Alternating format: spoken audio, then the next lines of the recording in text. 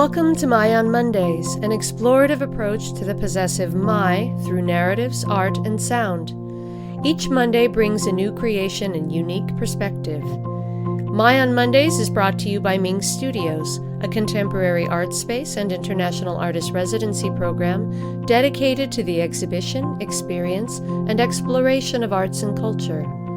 Along with exhibiting artists from around the world, MING also serves the community by hosting innovative programs including performances, workshops, screenings, readings, artist talks, and other cultural activities.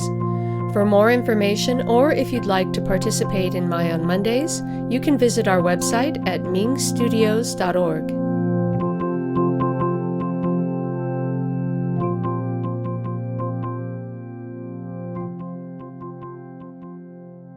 Hello and welcome to the 42nd episode of My on Mondays. This week we dive once again into the public archives to share 3 poems with you, all written by women in the early 20th century. The first is The Ladder by Leonora Speyer, an American poet and violinist who lived from 1872 to 1956. She studied and played violin professionally in Europe until returning to the United States in 1915 when she began writing poetry. In 1927 she was awarded the Pulitzer Prize for her book of poetry titled Fiddler's Farewell. The second poem, Oriflamme, was written by Jessie Redmond Fawcett, an African-American poet, essayist, novelist, editor, and educator. She lived from 1882 to 1961 and was an important figure in African-American literature in the 1920s, portraying realistic African-American life and history. Along with writing poetry, she published 4 novels during the 1920s and 30s, and is credited with discovering and mentoring African-American writers such as Langston Hughes and Claude McKay.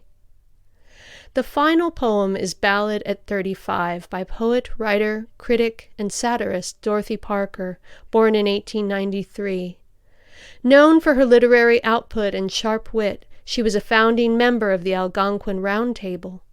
Following her success with literary works published in magazines such as New Yorker and Vanity Fair, she pursued screenwriting in Hollywood where she was nominated for 2 Academy Awards. However, her involvement in left-wing politics resulted in her being blacklisted. She lived her later years writing as a critic in New York and died in 1967. The Ladder by Leonora Speyer. I had a sudden vision in the night. I did not sleep. I dare not say I dreamed. Beside my bed a pallid ladder gleamed and lifted upward to the sky's dim height. And every rung shone strangely in that light, and every rung a woman's body seemed. Outstretched and down the sides her long hair streamed, and you climbed that ladder of delight. You climbed, sure-footed, naked rung by rung, clasped them and trod them, called them by their name, and my name too I heard you speak at last. You stood upon my breast the while and flung a hand up to the next, and then, oh shame! I kissed the foot that bruised me as it passed. Oriflamme by Jessie Redmond Fawcett. I think I see her sitting bowed and black, stricken and seared with slavery's mortal scars, reft of her children, lonely, anguished yet, still looking at the stars. Symbolic mother, we thy myriad sons, pounding our stubborn hearts on freedom's bars, clutching our birthright, fight with faces set, yet still visioning the stars. Ballad at 35 by Dorothy Parker.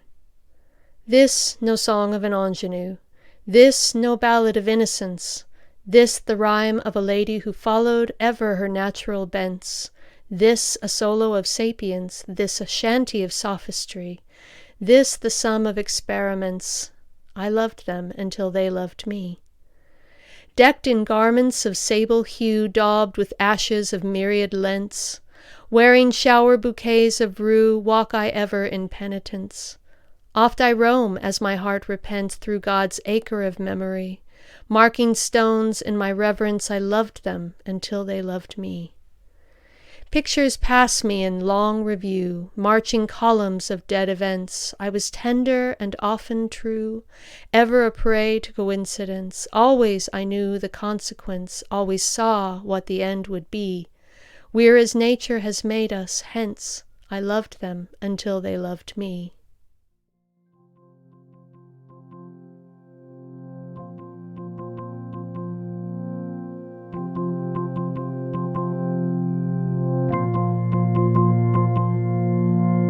We're so glad you joined us today. We look forward to bringing you more episodes in the Mondays to come.